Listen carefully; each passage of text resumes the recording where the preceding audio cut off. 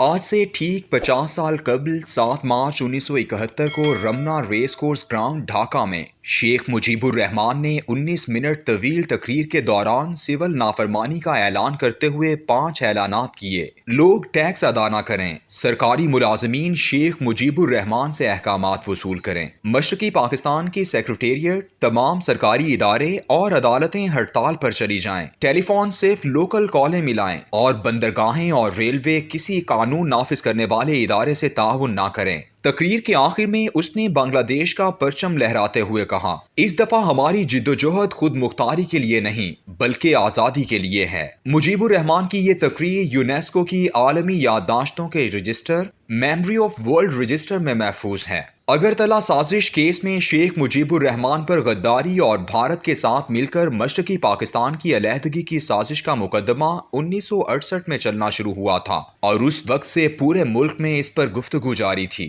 پاکستان کا محدود کمیونسٹ بھارت نواز دانشور اسے ایک جھوٹا مقدمہ کہتا تھا اور اسے فوج اور ایوب خان کی سازش گردانتا تھا۔ یہ الگ بات ہے کہ اگرتلہ کے 35 ملزمان میں سے اہم ملزم شوکت علی نے 22 فروری 2011 کو پارلیمنٹ میں تقریر کرتے ہوئے کہا کہ اگرتلہ غداری کیس کا ایک ایک حرف سچ ہے۔ اس نے بتایا کہ ریاست تری پورہ کے شہر اگرتلہ میں شیخ مجیب الرحمان اور ہم بھارتی اہلکاروں سے ملے تھے اور ان کے ساتھ مل کر ہم نے بنگلہ دیش کی آزادی کا پلان بنایا اور ہر طرح کی مدد بھی حاصل کی تھی۔ مجیب الرحمان کے متنازع 6 نکات، اس کا قومی اسمبلی کا اجلاس ڈھاکہ میں بلائے جانے پر اصرار اور ذوالفقار علی بھٹو کا لاہور کے جلسے میں یہ اعلان کہ جو رکن اسمبلی بھی ڈھاکہ جائے گا میں اس کی ٹانگیں توڑ دوں گا، یہ تھی وہ فضا جس میں 25 مارچ 1971 کو شیخ مجیب اور ذوالفقار علی بھٹو کے یحییٰ خان کے ساتھ مذاکرات ناکام ہو گئے۔ پورا مشرقی پاکستان اس وقت سول نافرمانی اور احتجاج میں ڈوبا تھا اور مکتی باہنی لوگوں کے خون سے ہولی کھیلنے کے لیے مکمل تیار تھی۔ ٹھیک ان حالات میں اس دن شیخ مجیب الرحمان کے گھر میں بنگلہ دیش کی آزادی کا ڈیکلریشن جاری کر دیا گیا۔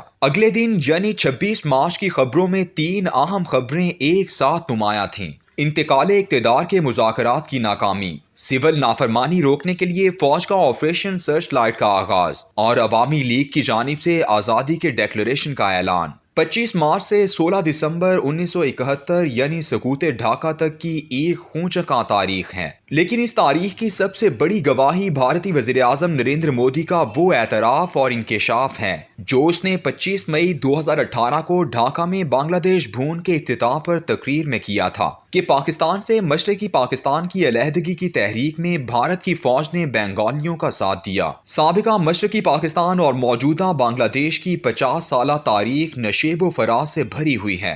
بہت کچھ کہنے سننے کو ہے، لیکن اس تاریخ کی سب سے بڑی سچائی یہ ہے کہ بنگلہ دیش کی آزادی کی تحریک ایک بنگلہ قومیت، ایک بنگلہ ثقافت اور ایک بنگالی زبان کے نعرے کی بنیاد پر چلائی گئی تھی، لیکن جیسے انہیں آزادی ملی، بیچارے مشرقی پاکستان کے بنگالیوں کا مسلمان ہونے کا داغ اس قدر نمایاں تھا کہ وہ کٹر ہندو جو تقسیم ہند کو دھرتی ماتا کے ٹکڑے کرنے پر تعبیر کیا کرتے تھے اور وہ جو ایک ہندوتوا کے نعرے بلند کیا کرتے تھے، انہوں نے بھی بنگلہ دیش کے مسلمانوں کو ملیچ یعنی پلید مسلمان کہتے ہوئے بھارت کا حصہ نہ بنایا بلکہ ایک علیحدہ ملک بنگلہ دیش کی شناخت دے دی۔ آج بھارت میں رہنے والے بنگالی تو بنگالی کہلاتے ہیں اور بنگلہ دیش میں رہنے والے مسلمانوں کو مضحکہ خیز طور پر بنگلہ دیشی کہا جاتا ہے۔ ان دونوں قومیتوں میں صرف ایک لا الہ الا اللہ کا فرق ہے۔ سچ یہ ہے کہ دسمبر 1971 میں ایک اور ملک دو قومی نظریے کی بنیاد پر وجود میں آیا تھا۔ مسلم شناخت نے اکھنڈ بھارت سے ایک اور وطن تخلیق کیا تھا۔ آج 50 سال بعد جب 25 مارچ کے دن کو منانے کے لیے حسینہ واجد حکومت نے نریندر مودی کو ڈھاکہ بلایا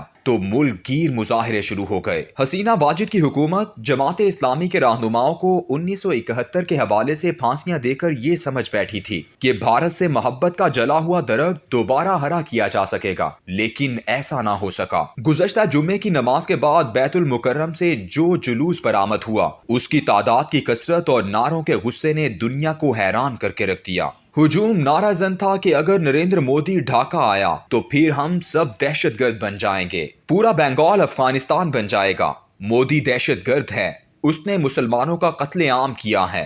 غصے میں بھپرا ہجوم بھارت کے پرچم کو پاؤں تلے رونتا رہا اور کہتا رہا ہم رسول اللہ صلی اللہ علیہ وآلہ وسلم کا لشکر ہیں۔ اس وقت نریندر مودی اور بھارت کے خلاف غم و غصے کی اس لہر اور عوامی احتجاج نے بنگلہ دیش میں ایک تحریک کی شکل اختیار کر رکھی ہے۔ عموماً یہ سمجھا جا رہا تھا کہ مذہب کو جمہوری سیاست سے قانونی طور پر نکالنے کے بعد اب مذہبی طبقہ مکمل طور پر دب چکا ہوگا، لیکن جمہوری سیاست سے مذہب کو قانوناً نکالنے کے بعد بنگلہ دیش میں دو نعرے بہت مقبول ہوئے۔ ایک ہمیں جمہوریت نہیں بلکہ خلافت چاہیے، اور دوسرا غزوہ ہند۔ دنیا بھر کی تاریخ شاہد ہے کہ جب قوم بیدار ہو جائے تو اللہ اسے لیڈر ضرور عطا کر دیتا ہے۔ اس وقت پورے بنگلہ دیش میں لاکھوں افراد کے جلوسوں اور جلسوں میں عوام کو خلافت کے قیام اور غزوہ ہند کے نعروں سے پرجوش ولولہ انگیز تقریروں سے گرمانے والی ایک شخصیت علامہ مامون الحق پورے بنگلہ دیش میں مقبول ہو چکی ہے۔ یہ شخص جامعہ رحمانیہ سے قرآن، حدیث اور فقہ کا عالم ہے۔ اس نے معاشیات میں ڈگری حاصل کی اور ایشین یونیورسٹی ڈھاکہ میں اکنامکس کا پروفیسر رہا ہے۔ ایک صحافی کی حیثیت سے ماہنامہ رحمانی پیغام کا ایڈیٹر ہے۔ یہ شخص 5 زبانوں پر دسترس رکھتا ہے۔ اس رہنما نے سیکولرزم، الحاد اور سوشل میڈیا پر توہین کے خلاف ایک بھرپور تحریک چلائی تھی۔ اس نے بابری مسجد کے انہدام کے بعد بنگلہ دیش میں ایک بابری مسجد بنائی۔ بنگلہ دیش عوامی لیگ سمیت 65 سیکولر سیاسی تنظیموں اور پارٹیوں نے اس کے خلاف ایک متحدہ محاذ بنایا اور مطالبہ کیا کہ اسے گرفتار کر کے پھانسی دی جائے، لیکن اس کی عوام میں مقبولیت سے حکومت ہمیشہ خوفزدہ رہی۔ یہ نابغہ روزگار شخص 10 اکتوبر 2020 سے بنگلہ دیش خلافت مجلس کا سیکرٹری جنرل ہے اور 2010 میں توہین رسالت و اسلام کے خلاف بننے والے اتحاد حفاظت اسلام بنگلہ دیش کا جوائنٹ سیکرٹری جنرل ہے۔ اس کی شعلہ بیانی کی وجہ سے لاکھوں لوگ اس کے جلسوں میں کھینچے چلے آتے ہیں۔ اس نے نریندر مودی کی آمد سے پہلے جمعے کے دن جو تقریر کی ہے اس میں سوائے جہاد کے کوئی اور تصور اور خیال نظر نہیں آتا تھا۔ وہ جب لوگوں سے کہتا ہے کہ آپ رسول اکرم صلی اللہ علیہ وآلہ وسلم کی غزوہ ہند کی پیشگوئی والے جہاد کے لیے تیار ہو تو پورا ہجوم یک زبان ہو کر اس کا ساتھ دیتا ہے۔ اس نے کہا اس وقت صرف بنگلہ دیش کے 5 کروڑ مسلمانوں، بھارت کے 25 کروڑ، پاکستان کے 20 کروڑ اور امت کے 1 ارب مسلمانوں کے خلاف سازش کا مرکز صرف بھارت اور دلی ہے۔ اس نے کہا کہ اب وقت آ گیا ہے کہ ہم میں سے ہر کوئی محمد بن قاسم، صلاح الدین ایوبی اور شہاب الدین غوری بن جائے۔ اپنی تقریروں میں اس نے بار بار کہا کہ غزوہ ہند کا دروازہ نریندر مودی نے کھول دیا ہے اور اب اس میں مسلمان فاتح کی حیثیت سے داخل ہوں گے، اور یہ سید الانبیاء صلی اللہ علیہ وآلہ وسلم کی پیش گوئی ہے جس کے درست ثابت ہونے کے دن آ گئے ہیں۔ دنیا کے ہر خطے میں مسلمان اس جہاد میں شرکت کریں گے اور مشرق سے بنگلہ دیش دنیا کے مسلمانوں کے شانہ بشانہ بھارت پر حملہ آور ہوگا۔ اس کی تقریر سننے کے بعد ایک دم اندرا گاندھی یاد آ گئی جس نے 1971 میں کہا تھا کہ ہم نے 2 قومی نظریہ خلیج بنگال میں غرق کر دیا، لیکن اللہ کے شیروں نے اسی خلیج بنگال سے 2 قومی نظریہ غزوہ ہند کے نعروں سمیت باہر نکال کر زندہ کر دیا۔